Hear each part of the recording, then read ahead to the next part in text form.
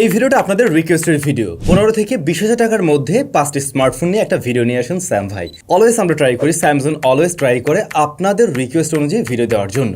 আজকের ভিডিওতে মোট 6টি স্মার্টফোন রয়েছে, 5টা না 6টি স্মার্টফোন আছে। এর মধ্যে 3টা অফিসিয়াল, 3টা আনঅফিসিয়াল। সো আশা করছি কাউকে আর এবার হতাশ হতে হবে না, সবার জন্যই স্মার্টফোন থাকছে আজকের এই ভিডিওতে। তবে যে ডিভাইসগুলোকে চয়েস করা হয়েছে, বর্তমান সময়ে এরকম প্রাইস পয়েন্টে অনেক ডিভাইস অ্যাভেলেবল রয়েছে মার্কেটে। তো তাদের মধ্যে থেকে এগুলো একটু স্পেশাল, বেশ কিছু জায়গায় এগিয়ে আছে, যেমন ধরুন ক্যামেরা, ডিসপ্লে, অন্যদিকে পারফরমেন্স সেকশন, সবকিছু বিবেচনায় এই ফোনগুলোকে চয়েস করা হয়েছে। আশা করছি যাদের এরকম প্রাইস পয়েন্টে স্মার্টফোন কেনার চিন্তা ভাবনা ছিল, তাদের ডিসিশন মেকিংয়ে এই ভিডিওটা অনেকটাই হেল্প করবে। চলুন তাহলে শুরু করি আনঅফিসিয়াল ডিভাইস দিয়ে। প্রথমে স্যামসাং লাভারদের জন্য দারুণ একটা ডিভাইস রয়েছে, স্যামসাং গ্যালাক্সি F34। এই ডিভাইসটা একদম রিসেন্ট টাইমের ফোন না, বেশ কিছুদিন আগেই এসছে। তবে এটা বর্তমান সময়ে বেশ ভালো একটা প্রাইস পয়েন্টে চলে আসছে আর কি। 20,000 টাকার নিচে এই ফোনটা আপনারা পেয়ে যাবেন রাইট নাও। আর এই যে প্রত্যেকটা ডিভাইস, এগুলো নিয়ে কিন্তু আমাদের চ্যানেলে ফুল রিভিউ দেওয়া আছে, সুতরাং সেগুলো দেখে নিলে আপনি আরও ক্লিয়ার হয়ে যাবেন। বাই দ্য ওয়ে, যা বলছিলাম, স্যামসাং গ্যালাক্সি F34 এই ফোনটার ডিসপ্লেটা বেশ ভালো, সুপার অ্যামোলেড প্যানেল, যেখানে ফুল এইচডি প্লাস রেজলিউশনের পাশাপাশি 120 হার্টজ হাই রিফ্রেশ রেট আমরা পেয়ে যাচ্ছি। আবার এই ডিসপ্লেটাকে প্রোটেকশন করছে কর্নিং গরিলা গ্লাস 5। তো দেখুন, খুব ভালো একটা ডিসপ্লে সেকশন কিন্তু পেয়ে যাচ্ছেন আপনারা 20,000 টাকার নিচের একটা স্মার্টফোনে। আর স্যামসাং এর প্যানেল নিয়ে তো নতুন করে বলার কিছু নেই। অন্যদিকে এই ফোনে আমরা প্রসেসর হিসেবে দেখছি Exynos 1280। এটা মোটামুটি এরকম প্রাইস পয়েন্টের একটা কেপেবল প্রসেসর, কারণ এরকম বাজেটে আমরা সাধারণত মিডিয়াটেকের Z99, Z85 এগুলো তো দেখি। তাদের সাথে কম্পেয়ার করতে গেলে এই প্রসেসরটা কিন্তু খুব একটা খারাপ না।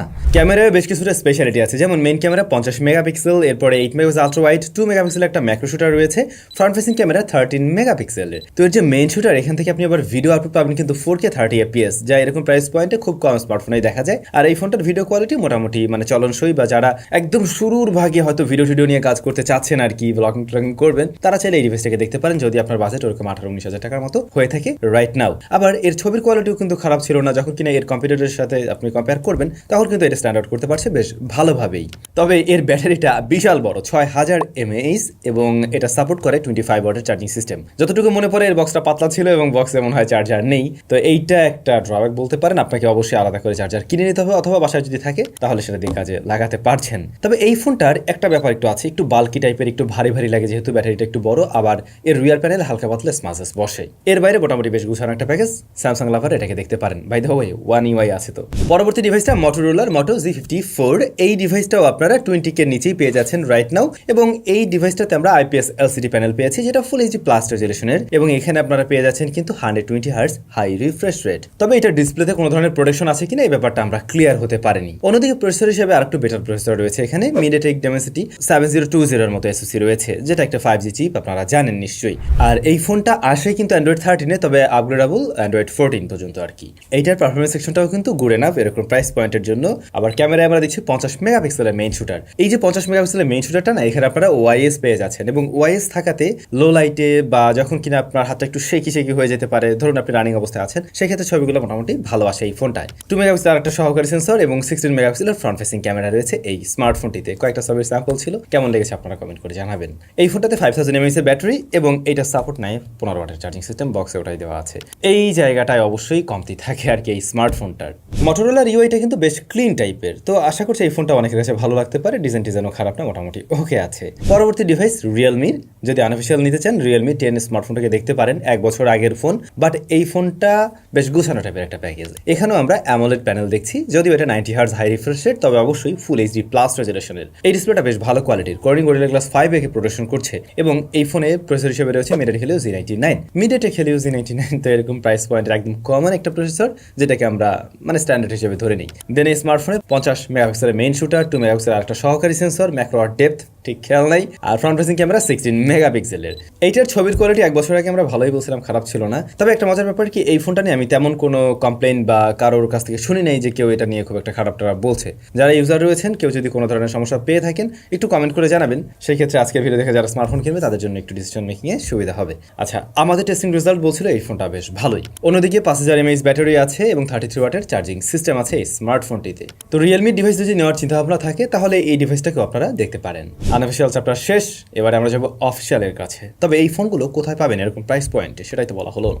এসএমএস গ্যাজেটে পাওয়া যাবে এই ডিভাইসগুলো, অফিসিয়াল আনঅফিসিয়াল বোথ আপনারা পেয়ে যাবেন তাদের সবে। যমুনা ফিউচার পার্ক থেকেও নিতে পারেন এবং বসুন্ধরা সিটি থেকেও নিতে পারেন, আবার ডেসক্রিপশনে থাকা লিঙ্কের মাধ্যমে আপনারা অনলাইন থেকেও নিতে পারেন বা তাদের সাথে যোগাযোগ করে আর কি। এই অলরেডি তো অফিসিয়াল হিসাবে রিসেন্ট টাইমে লঞ্চ হয়েছিল, আপনারা জানেন OnePlus-এর নতুন একটা device OnePlus Nord N30 SE 5G, বা বিশাল বড় নাম।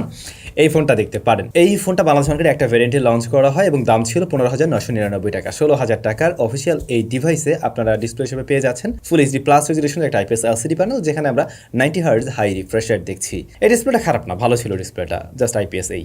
আর অন্যদিকে এতে প্রসেসর হিসেবে রয়েছে MediaTek Dimensity 6020। 16,000 টাকায় এটা বেস্ট প্রসেসর অবশ্যই। পাশাপাশি OnePlus-এর Oxygen OS রয়েছে এবং Oxygen OS থাকার কারণে এই ফোনটার স্মুথনেস কিন্তু ভালো ছিল। তবে কমতি অবশ্যই আছে, আর তা হলো র্যাম। এই ফোনটা 6GB দিয়ে আসলে আর কোনো কমপ্লেন ছিল না, এটা 4GB ফোন, 4128GB। তো 4GBটা একটু কম মনে হবে, কিন্তু সত্যি বলতে কি এই 4GB র্যামটাকে ওরা বেশ ভালোভাবে অপটিমাইজ করতে পারছে ওদের UI এর কারণে, স্মুথ রেজাল্ট পাওয়া যায়। কিন্তু দিন শেষে এটাও ঠিক, মাল্টিটাস্কিং করতে গেলে বেশি র্যামের প্রয়োজন পড়ে, গেমিং টেমিং এর ক্ষেত্রে একটু র্যাম বেশি থাকলে সুবিধা হয়। তো সেই জায়গাগুলোতে একটু কমতি আছে, এটা স্বীকার করতেই হচ্ছে আর কি।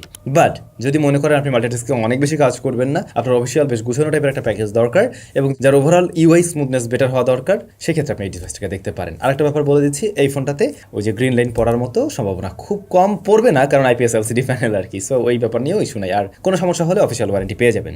অলরাইট, এইটার ক্যামেরা হিসেবে রয়েছে 50 মেগাপিক্সেল, পাশাপাশি 2 মেগাপিক্সেলের সহকারী সেন্সর এবং ফ্রন্ট ফেসিং ক্যামেরা 8 মেগাপিক্সেলের। এটার সেন্সরগুলো একটু ছোটোখাটো মনে হলেও ছবির কোয়ালিটি কিন্তু স্ট্যান্ডার্ড টাইপেরই ছিল এরকম প্রাইস পয়েন্টের জন্য। ব্যাটারি 5000 mAh, 33 ওয়াটের চার্জিং সিস্টেম, এই কম্বো ঠিকঠাক আছে। এরপর যদি বাজেট কিছুটা বাড়ানো যায়, আপনি অফিসিয়াল নিতে চান Redmi 13, এই ডিভাইসটাকে চয়েস করতে পারেন। রিসেন্ট টাইমে এই ডিভাইসটা বাংলাদেশে লঞ্চ হয়েছে। এই ডিভাইসটাতেও ফুল এইচডি প্লাস রেজুলেশনের IPS LCD প্যানেল আমরা পেয়েছি, বাট এখানেও আমরা রিফ্রেশ রেট দেখছি 90 হার্জ। কনসোল কাটআউট ছিল, চেন বেজেল মোটামুটি ন্যারো, তো ওকে আছে, ঠিক আছে। আর এটার প্রসেসর হিসেবে রয়েছে MediaTek Helio Z91। এই প্রসেসরটা একদম লেটেস্ট একটা SoC, আপনারা জানেন নিশ্চয়ই।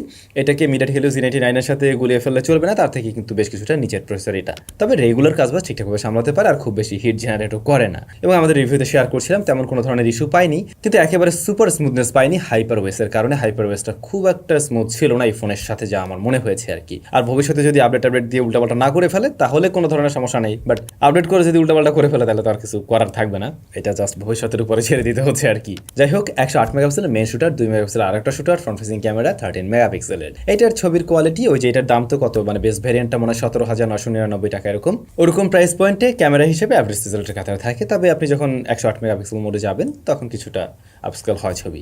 অন্যদিকে ব্যাটারি রয়েছে 5030 mAh এর, মানে 5030 mAh এর, এবং এটা চার্জিং সিস্টেম 33 ওয়াটের। এই জায়গাটাও ঠিকঠাক আছে। অনেকেই আছেন যারা কিনা Xiaomi ফোনেই ব্যবহার করতে চান, বা এর আগে হয়তো Xiaomi ডিভাইস ব্যবহার করতেন, এখন আপনি আবার Xiaomi ডিভাইসই নেবেন অফিসিয়াল এরকম প্রাইস পয়েন্টের মধ্যে, তাহলে এটা লেটেস্ট, এটাকে দেখতে পারেন। এরপর বাজেট যদি আরো কিছুটা বেশি থাকে, লাইক 20,000 প্লাস থাকে, 20,000 প্লাস, সেক্ষেত্রে আমি বলবো আপনি টেকনোর একটা ডিভাইস দেখতে পারেন, টেকনো Camon 20 Pro। এই Camon 20 Pro লাস্ট ইয়ারে কিন্তু বেশ জনপ্রিয়তা পেয়েছিল এবং এই ফোনটা দীর্ঘদিন পর্যন্ত মার্কেটে রাজত্ব করেছে।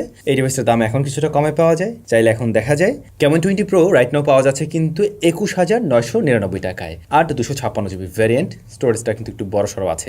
এনিওয়ে, এটার ডিসপ্লেটাও AMOLED panel, 120 hertz high refresh rate, full HD plus রেজুলেশনের। তো সব দিক থেকে এটার ডিসপ্লেটা একটু এগিয়ে আছে অফিসিয়াল হিসেবে অবশ্যই অন্যদের থেকে। এরপরে processor MediaTek Helio Z99। MediaTek Helio Z99 তো এরকম প্রাইস পয়েন্টের একদম কমন একটা SoC। এমনকি এই যে ওদের এই টেকনো Camon 30, ওইটাতেও কিন্তু সেম প্রসেসরটাই আছে। তো একটু কম দামের মধ্যে আপনারা এই প্রসেসরটা আবার এখানে পেয়ে যাচ্ছেন, সেই সাথে 256GB ভ্যারিয়েন্ট। আর এই স্মার্টফোনটাতে 64 মেগাপিক্সেলের মেইন শুটার, 2 মেগাপিক্সেলের আরেকটা শুটার রয়েছে এবং ফ্রন্ট ফেসিং ক্যামেরা 32 মেগাপিক্সেলের। Camon সিরিজের ফোনগুলোতে ক্যামেরার দিকে একটা আলাদা রকমের ফোকাস থাকে, তো এই ডিভাইসটাতেও সেরকম একটা ফোকাস দেওয়ার ওরা ট্রাই করছিল এবং মোটামুটি এরকম প্রাইস পয়েন্টের ক্যামেরার জন্য চাইলে চয়েস করার মতো একটা device as a official device আর কি। আবার ফ্রন্ট ফেসিং ক্যামেরাটাও ভালো ছিল। দেন 5000 mAh ব্যাটারি, 33 ওয়াটের চার্জিং সিস্টেম, এই জায়গাটাতে স্ট্যান্ডার্ড আছে, দেখতেই পাচ্ছেন।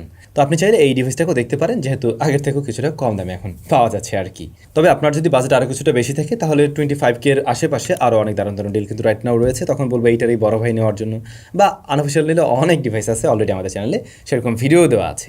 যাই হোক, আজকে 6টা স্মার্টফোন ছিল এগুলোই, যেগুলো আপনারা রাইট নাও দেখতে নিতে পারেন যদি আপনার বাজেট কিনা ওরকম 15-16 হাজার থেকে 20,000 টাকার আশেপাশে হয়ে থাকে আর কি। পরবর্তী ভিডিওটা ওরকম মনে হয় 40-45 হাজার টাকা প্রাইস পয়েন্টের স্মার্টফোন নিয়ে হবে, খুব শীঘ্রই আপনারা পেয়ে যাবেন। এই ভিডিওটা এখন দিতাম না, বাট আপনাদের রিকোয়েস্ট ছিল, লাস্ট আস্ক স্যামের পর্বতে আপনাদের এরকম একটা রিকোয়েস্ট পেয়েছিলাম এবং বলছিলাম এই সপ্তাহে আপনারা ভিডিওটা পেয়ে যাবেন, এবং ফাইনালি ভিডিও ডান। সবাই ভালো থাকবেন, অনেক বেশি ভালো। দেখা হচ্ছে নতুন ভিডিওতে। Bye bye.